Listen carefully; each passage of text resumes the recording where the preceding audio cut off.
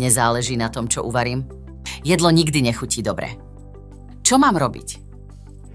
Čo môžem urobiť, aby sa mi vrátila chuť do jedla?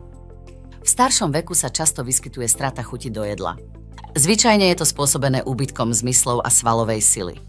Pomocou niekoľkých trikov možno obnoviť chuť na jedlo a pitie.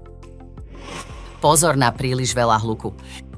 Ak je váš sluch už veľmi slabý, ostatné zvuky počas jedla vás zbytočne rozptyľujú. Počas jedla preto nepočúvajte hudbu ani televíziu. Na osobu, o ktorú sa staráte, hovorte zámerne pomaly. Hlavná pozornosť by sa mala sústrediť na jedlo. Čuch a chuť potrebujú silnejšie podnety. Bolo by dobré, aby osoba, o ktorú sa staráte, sedela v kuchyni, keď pripravujete jedlo, aby mohla intenzívne vnímať pachy. Obzvlášť dobre sa prijímajú známe pachy.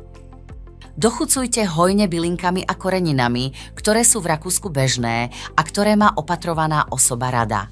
Nepridávajte však viac soli. Klesajúca svalová sila sťažuje stravovanie.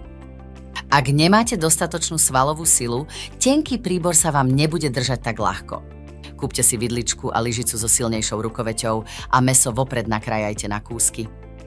Jedlo na prstoch sa zvyčajne dobre prijíma aj preto, že sa ľahšie konzumuje. Ak lieky spôsobujú horkú alebo kovovú chuť, príbor z dreva alebo bambusu môže mať vyrovnávajúci účinok. Oko je s vami.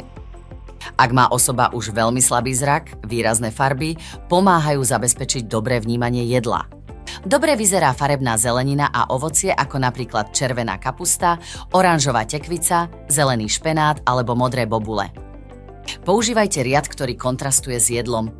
Červené jedlá by sa teda nemali podávať na hnedom tanieri. Svetlé krémové polievky alebo žltý syr sú lepšie rozpoznateľné na tmavých tanieroch.